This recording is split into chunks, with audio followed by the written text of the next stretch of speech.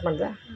వినాయకుడి బొమ్మని దేవుని కట్ట పైన వేసుకోవాలంటే ఇలా వేసుకోవాలండి. 5 దాళ్ళు వేసుకోవాలండి ఫస్ట్, తర్వాత 4, తర్వాత 3 అండి.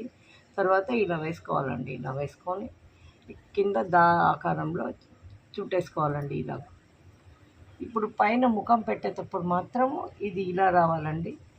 ఉల్టా దా వేసేసుకోవాలండి తలకిందులుగా. పైన దా వేసుకోవాలండి. ఇది మాత్రమే తలకిందులుగా వేసుకోవాలండి. ఇక్కడ వినాయకుడికి కళ్ళు పెట్టుకోవాలండి. ఇక్కడ